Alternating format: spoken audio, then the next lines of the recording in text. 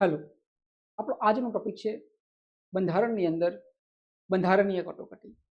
તો આપણે આજના ટોપિકમાં આપણે સમજીશું કટોકટી શું છે, આપણે કયા દેશના બંધારણમાંથી લીધી છે અને આપણા ભારતીય બંધારણના કયા ભાગમાં કેટલી કટોકટી આવેલી છે. તો આપણો આજનો ટોપિક છે બંધારણીય કટોકટી.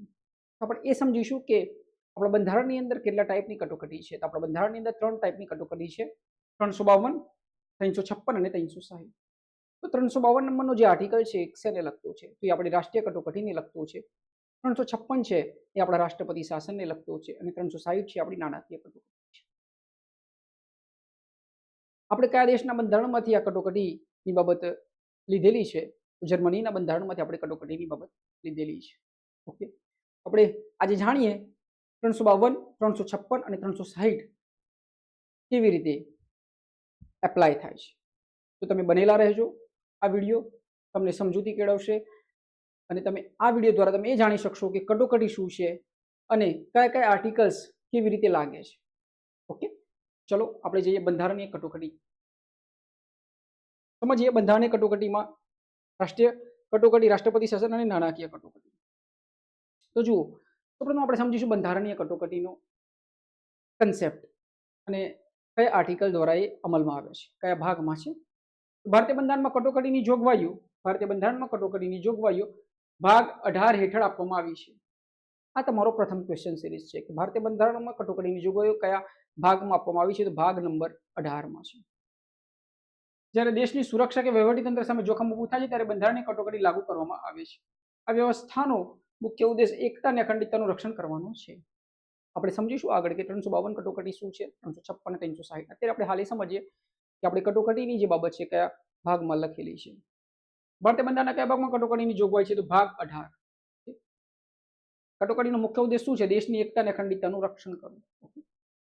તો આપણે કટોકટી કેમ લગાવીએ છીએ? એના જે કન્સેપ્ટ છે એની અંદર આપણે સમજવું પડે કે દેશની એકતા જળવાઈ રહે અને અખંડિતતા જળવાઈ રહે એ માટે આ કટોકટી લગાવવામાં આવતી હોય છે. સમજીએ રાષ્ટ્રીય કટોકટી. 352 નંબર, ભાગ 18, આર્ટિકલ નંબર 352 એ શું કહે છે? આર્ટિકલ નંબર 352 એ આપણને કહે છે કે જ્યારે આ દેશની વ્યવસ્થાની અંદર 3 બાબતો બને ત્યારે આપણે આ કટોકટીનો ઉપયોગ કરી શકીએ છીએ. આપણે પ્રશ્ન એમ થાય કટોકટી કોણ લગાવી શકે? કટોકટી રાષ્ટ્રપતિ લગાવી શકે, પરંતુ 44મા એમેન્ડમેન્ટ દ્વારા એવું કહેવામાં આવ્યું છે કે કટોકટી લગાવતા પહેલા મંત્રીમંડળની લિખિત પરવાનગી જોઈએ અને તેના દ્વારા વડાપ્રધાન રાષ્ટ્રપતિને કહે છે કટોકટી લગાવવાનું અને 1 મંથની અંદર આપણે લોકસભા અને રાજ્યસભામાં પરવાનગી મેળવવી પડે. સમજીએ 352 રાષ્ટ્રીય કટોકટી. રાષ્ટ્રીય કટોકટી યુદ્ધ, બાહ્ય આક્રમણ અથવા સશસ્ત્ર બળના આધારે જાહેર કરવામાં આવે છે. તો થયા 3 ટાઈપ્સ કે રાષ્ટ્રીય કટોકટી યુદ્ધ, વોરની સિચ્યુએશન હોય, બરોબર. નંબર 2, બાહ્ય આક્રમણ થાય, બહારથી આક્રમણ થાય આપણા ઉપર, ભારત પર કે ભારતના કોઈ પ્રદેશ પર. નંબર 3, સશસ્ત્ર બળવાના કારણે, રિબેલિયન્સના સશસ્ત્ર બળવાના કારણે. આ 44મા એમેન્ડમેન્ટ્સમાં આ 44મો સુધારો છે એમાં બાબતને બદલવામાં આવી છે. જે કટોકટી ઇન્દિરા ગાંધીએ લગાવી હતી એ આ કટોકટી હતી, પરંતુ એમાં શબ્દ ન હતો, બરોબર.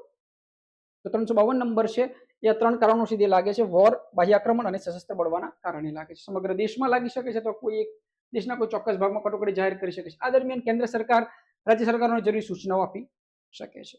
તો યાદ રાખવાનું 352 નંબરની કટોકટી આખા દેશમાં લાગુ પડે છે. સમજાય છે વાત?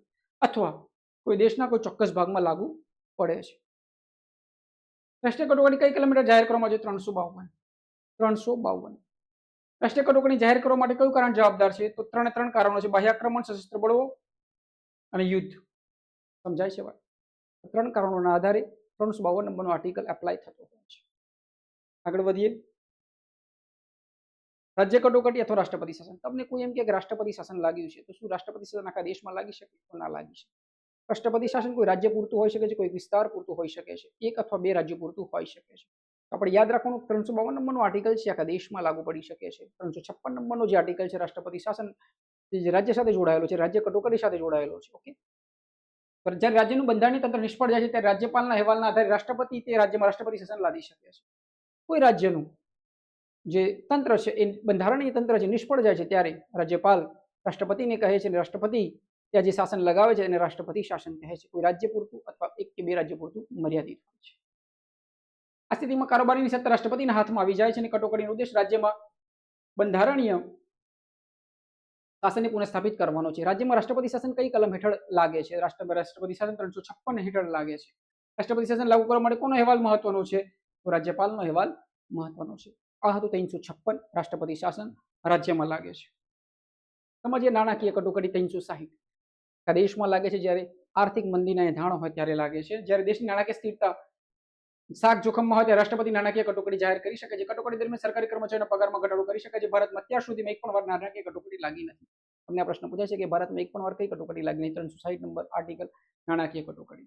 નાણાકીય કટોકટી સાથે જોડાયેલા 360 ભારતમાં અત્યાર સુધી કેટલી વાર નાણાકીય કટોકટી લાગુ પડેલ છે? એક પણ વાર નહીં. હવે આપણે સમજીએ 3 કટોકટીનો આપણે અભ્યાસ કર્યો. 352, 356, 360. તો આપણે શું કરવાનું? આપણે એક આર્ટિકલ યાદ રાખવાનો. ઓકે, કે જેની અંદર આપણે શું કરવાનું? +4 ઉમેરી દેવાના. જો તમને યાદ ના રહેતું હોય તો કંઈ કરવાની જરૂર નથી. 352 માં +4 કરો એટલે 356 આવે. 356 માં +4 કરો એટલે 360 આવે. આપણે એક આર્ટિકલ યાદ રાખવાનો છે જે છે બંધારણીય કટોકટી. જે છે બંધારણીય કટોકટી. બરોબર, આ દેશ પૂરતું છે. 356 છે રાષ્ટ્રપતિ શાસન છે, રાજ્ય પૂરતું છે. રાષ્ટ્રપતિ શાસન એ રાજ્ય પૂરતું છે. અને 360 છે એ નાણાકીય કટોકટી છે, જે પૈસા બાબતે લાગે છે. પૈસા આપણે યાદ રાખવાનું, દેશ, રાજ્ય અને પૈસા. તો આ હતું 352, 356 અને 360. તો આવા જ ઇન્ટરેસ્ટિંગ વિડીયો માટે તમે સમજાવટને જોતા રહો. લાઈક કરો, સબસ્ક્રાઇબ કરો.